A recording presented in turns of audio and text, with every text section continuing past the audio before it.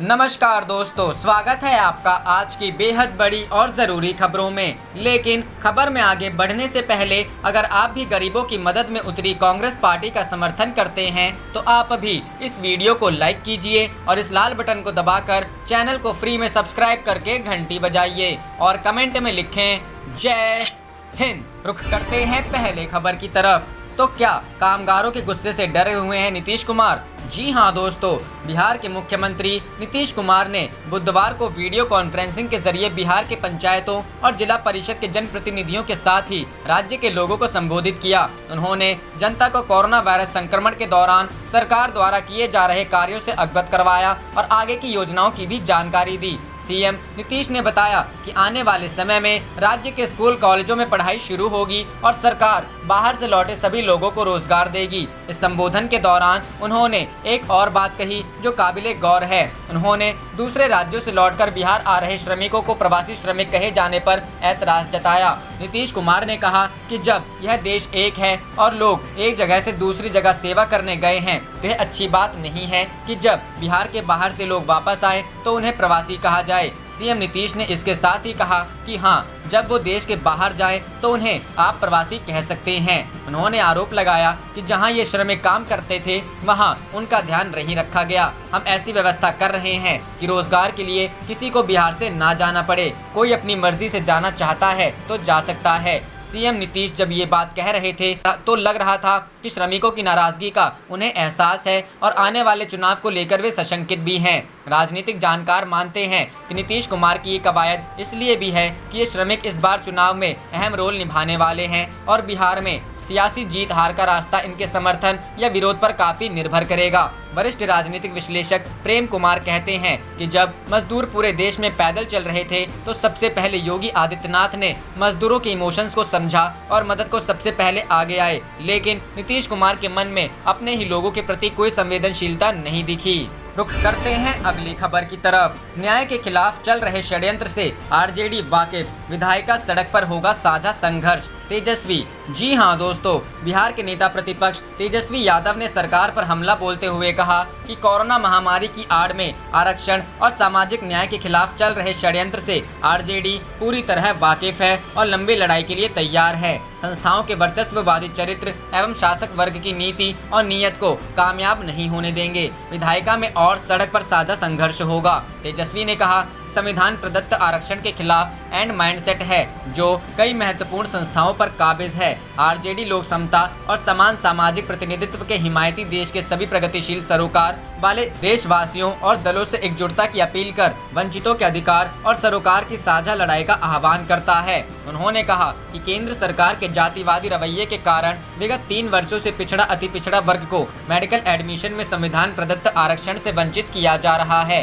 विगत 3 वर्षों से पिछड़े वर्गों को 10,000 से अधिक सीटों से वंचित कर दिया है। नेता प्रतिपक्ष ने कहा कि दिन दिहाड़े आरक्षण की धज्जियां उड़ाई जा रही हैं। संविधान और आरक्षण विरोधी एनडीए सरकार सामने से वार नहीं कर दूसरे माध्यम से दलितों, पिछड़ों के संवैधानिक अधिकारों का हनन कर रही है। बीजेपी तो आरएसएस के एजेंडे पर अमल कर रही है। लेकिन इस अति महत्वपूर्ण विषय पर नीतीश कुमार और रामविलास पासवान की चुप्पी आपराधिक है।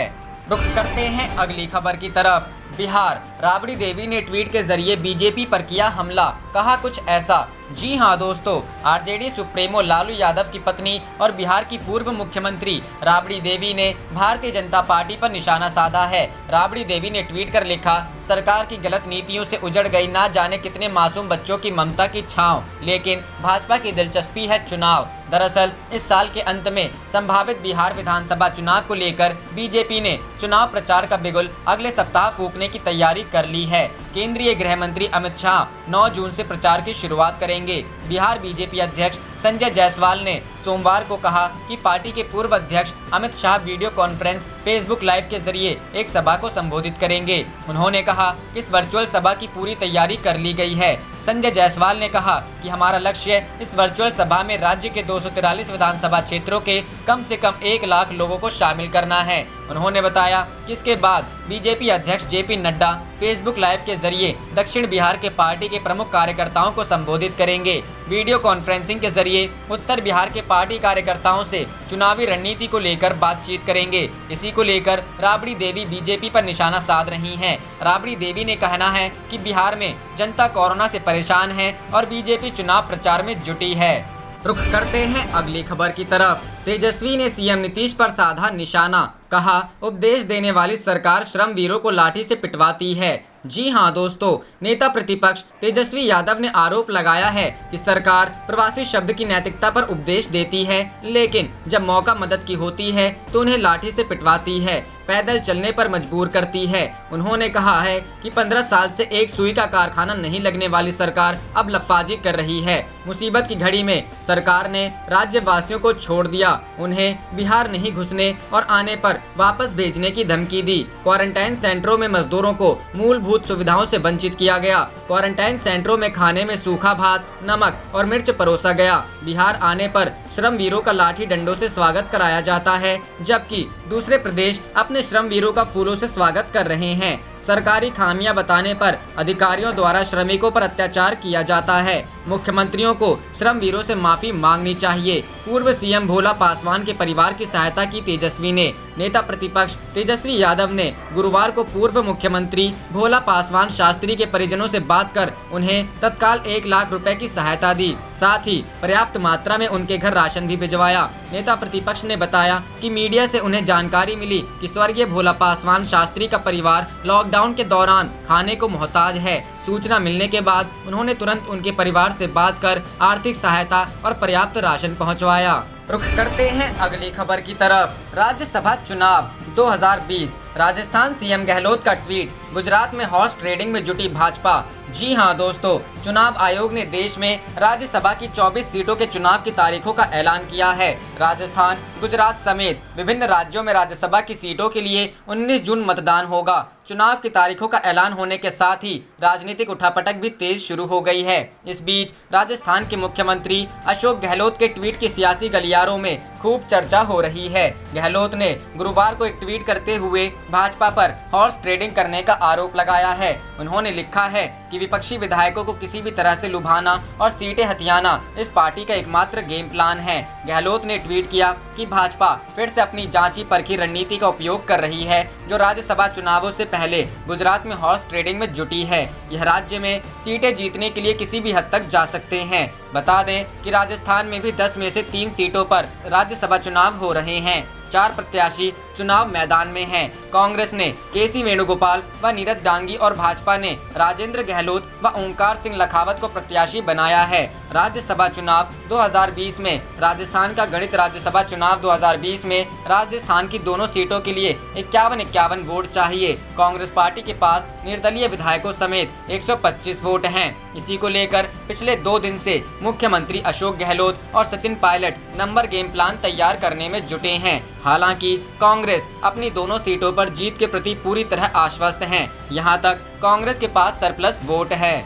रुख करते हैं अगली खबर की तरफ। कांग्रेस का तंज, जुमले बेचने में भाजपा आत्मनिर्भर, राज्यसभा सीट के लिए हमारे विधायकों पर निर्भर। जी हां दोस्तों, गुजरात में आगामी राज्यसभा चुनाव से पहले कांग्रेस के 2 विधायकों ने इस्तीफा दे दिया है। विधायकों के इस्तीफे के बाद कांग्रेस ने भाजपा पर हमला बोला है। कांग्रेस ने भाजपा पर विधायकों की खरीद फरोख्त के आरोप लगाए हैं। वहीं कांग्रेस प्रवक्ता जयवीर शेरगिल ने तंज कसते हुए कहा है कि राज्यसभा के चुनाव का मामला हो तो भाजपा आत्मनिर्भर नहीं है।